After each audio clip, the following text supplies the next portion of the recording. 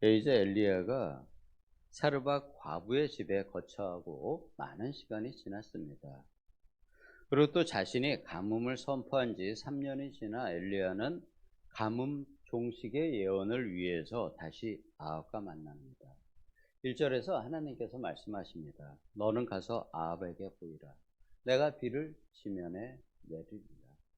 이 말씀을 다시 선포하기 위해서 이제 아합을 찾아가고 있습니다. 하나님의 이 명을 받아 아합을 만나러 갈 때 사마리아에는 기근이 아주 심했습니다. 이스라엘에는 원래 물을 받아서 저장하는 저수지가 없습니다. 그러므로 비와 이슬이 내리지 않는다는 의미는 산에서 나는 샘물, 솟아나는 샘물과 평지에서의 지하수, 우물 말고는 나라 전체에 물이 없음을 의미합니다. 요한복음 4장에서 보게 되면 예수님과 사마리아 여인의 만남의 장소가 우물터였습니다. 이것을 볼 때 지하수의 공급은 있었을 것으로 추측을 할 수 있습니다.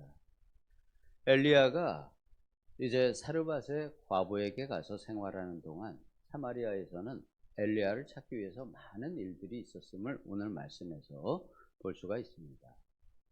아합이 많은 족속과 나라에 사람들을 보내어 엘리야를 찾았고 또 그들이 엘리야를 보지 못했다라고 대답을 하면은 그 말에 책임지도록 맹세까지 시켰다고 합니다. 맹세를 시킨다는 것은 그 말이 거짓이었을 때는 왕으로서 책임을 묻겠다는 의미이고요. 알고서도 만약에 모른다고 하면은 가만두지 않겠다는 의미를 포함하고 있습니다. 아합과 이세벨이 풍요의 신으로 섬기고 있는 우상, 즉 비와 토지의 비옥함을 가져다주며 풍요를 주관한다고 믿는 바알, 아세라, 그들에게 아마 그 3년 반 동안 모든 정성을 다하여 기도하고 섬겼을 것입니다. 그런데도 비가 오지 않았음은 이 3년 반이라는 기간이 이 우상들이 가뭄을 해결할 능력이 없음을 충분하게 백성들에게 알려주는 기간입니다. 그러므로 아까 백성들은 하나님의 선지자 엘리야를 애타게 기다리고 있습니다. 왜냐하면 그가 전에 선포하기를 내 말이 없으면 수년 동안 비도 이슬도 있지 아니하리라. 17장 1절에서 이렇게 예언을 했기 때문입니다. 이 말은 엘리야가 다시 비 내리기를 선포하면 비가 올 것임을 의미하고 있습니다. 그들은 우상을 섬기지만 이스라엘의 역사를 통해서 하나님의 능력을 이미 잘 알고 있기에 혹시나 하는 마음이 있어서 엘리야를 열심히 찾았습니다. 오늘 말씀 3절에서 오바댜를 소개를 하고 있습니다. 오바댜는 왕궁 맡은 자, 즉 왕궁 전체를 다스리는 아합의 청지기 역할을 하고 있는 신하입니다. 아합은 그와 팀을 나누어서, 즉 두 팀으로 군사들을 나누어서 땅의 물 근원, 즉 샘이 있는 곳과 시내를 찾아다닙니다. 오바댜가 물을 찾으러 다니다가 엘리야를 마침내 만나게 됩니다. 그런데 오바댜는 아합 밑에서 일을 하지만 하나님을 지극히 경외하는 사람으로 이세벨이 엘리야를 죽이기 위해 찾다가 그가 숨어버리고 찾지 못하자 남아있던 여호와의 선지자들을 찾아 죽였습니다. 이때 오베다는 그 위기에 처한 선지자들을 50명씩 두 개의 굴에 숨기고 그 100명에게 떡과 물을 공급하였습니다. 북이스라엘에 하나님의 선지자가 아마 100명이나 있었을 리는 없을 것이고요. 이 100명은 열왕기하 2장, 3장에 보면은 선지학교가 있었고 그곳에 학생들이 있었죠. 그래서 아마 이 100명의 선지자도 선지학교의 생도들이었을 것으로 추측을 합니다. 그런데 이 가뭄의 시대에 비가 3년 반 동안 내리지 않는 동안에 먹을 떡과 마실 물까지 100명에게 제공을 할 수 있었던 것은 아마 그가 사마리아에서 국내 대신이라는 고위직에 있었기에 이것이 가능하였을 것입니다. 하나님께서는 엘리야의 사르밧 엘리야와 사르밧 과부에게 물과 음식을 공급하였듯이 이 북이스라엘의 선지자들에게도 오바다를 통해서 필요한 것을 공급하셨습니다.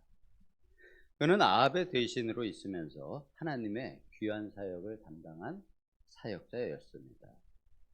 하나님께서는 그를 통해 사역하시고자 그에게 이 국내 대신의 자리를 맡게 하신 것입니다. 이같이 우리도 우리가 있는 자리에서 하나님의 사역과 사명을 담당하여야 합니다. 하나님께서는 오바다에게 또 한 번의 사역을 맡기십니다. 엘리야와 아합의 만남을 주선하는 역할입니다. 엘리야가 먼저 이에 대해서 말을 합니다. 8절 말씀에 가서 네 주에게 말하기를, 네 주 아합에게 말하기를 엘리야가 여기 있다 하라. 엘리야가 이렇게 담대할 수 있는 것은 하나님의 명령을 따라 아합을 만나러 왔기 때문입니다. 하지만 오바다는 엘리야의 말을 따라 행할 수 없는 마음의 두려움이 있습니다. 만약에 자신이 아합을 만나 엘리야를 만났다고 하면서 그를 엘리야에게 안내를 했는데 만약 그동안 하나님께서 엘리야에게 다른 곳으로 가라고 명을 내려서 움직인다면 자신은 아합에게 책임지지 못할 행동을 하게 된 것입니다. 더구나 그 일이 엘리야를 만나는 아합에게 있어서 아주 중요한 일인데 자신이 엘리야를 함께 데리고 가지 않으면서 혼자 가가지고 엘리야를 다시 만나지 못하는 일이 생긴다면 이는 아주 난감해지며 아합에게서 목숨을 위협받게 될 수도 있는 상황인 것입니다. 그러자 엘리야가 다시 말합니다. 내가 섬기는 만군의 여호와께서 살아계심을 두고 맹세하노니 내가 오늘 아합에게 보이리라. 이 말을 들은 오베야다는 순종을 하며 아합에게 갑니다. 자신이 오늘 말씀에서 보면은 오바다는 엘리야를 이렇게 부릅니다. 주여. 여기서 주라는 것은 아도나이를 뜻합니다. 이것은 하나님이야. 정말 그 종이 자신의 상전에게 주인님하고 이야기할 때 쓰는 명칭인데요. 그러니까 즉 오바다가 왕에게 아합을 자기의 주라고 표현하지만 엘리야에게도 역시 아주 하나님을 경외하는 선지자를 경외하는 의미를 담아서 주 아도나이라고 표현을 합니다. 그러한 위대한 자기가 생각하는 위대한 하나님의 선지자가 하나님의 이름으로 맹세를 하는데 가지 못할 이유가 없어졌습니다. 하나님을 경외하는 자에게 하나님의 이름이 걸린 말씀은 이렇게 절대적이어야 합니다. 성경의 말씀은 모두가 하나님의 감동으로 여러 선지자와 기록자들이 기록한 하나님의 말씀입니다. 그래서 요한복음 1장 1절에서는 말씀에 대하여 이렇게 선포를 합니다. 태초에 말씀이 계십니다. 이 말씀이 하나님과 함께 계셨으니 이 말씀은 곧 하나님이시니라. 하나님을 믿는 사람에게 성경의 모든 말씀은 우리에게 이렇게 절대적이어야 합니다. 내가 어떤 말씀은 이해가 되니까 믿고 어떤 말씀은 내가 행할 수 없으니까 순종하여 행할 수 있으니까 순종하여 따르는 것이 아니라 말씀이 이해가 안 되어도 그 구조를 믿어야 하고 어떤 말씀은 내가 행하기 힘들어도 힘써 행해야 합니다. 이렇게 지켜 행하는 것이 하나님을 경외하는 것입니다. 오늘 말씀 중에 오바다에게 하나님을 경외하는 자라고 칭하는 것은 그가 죽음을 무릅쓰고도 하나님의 선지자 100명을 숨기고 물과 음식을 공급하며 엘리야의 말을 따라 엘리야를 떠나 혼자 아합에게 가는 용기 때문입니다. 우리도 말씀대로 행하기 위해서는 이렇게 여러 힘든 상황을 헤쳐야 하고 여러 두려움을 이겨내고 나가야 할 때가 있습니다. 우리가 말씀과 믿음대로 살기 위해서는 여러 고난과 두려움 가운데 믿음으로 이기고 나가야 합니다. 우리가 좋아하는 시편의 말씀들이 은혜가 되는 것은 그 시편의 기자들은 항상 어려움과 두려움이 있는 상황에서도 믿음으로 돌파하는 내용들이 또 실제 그들이 그렇게 삶을 살았기 때문입니다.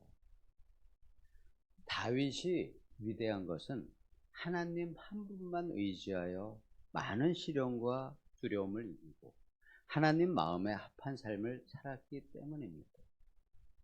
그는 왕으로서 모든 것을 누리고 또 자신이 모든 것의 주인이 될 수 있었지만 그는 성실한 하나님의 청지기의 삶을 사는 그 본을 보여주었기 때문입니다.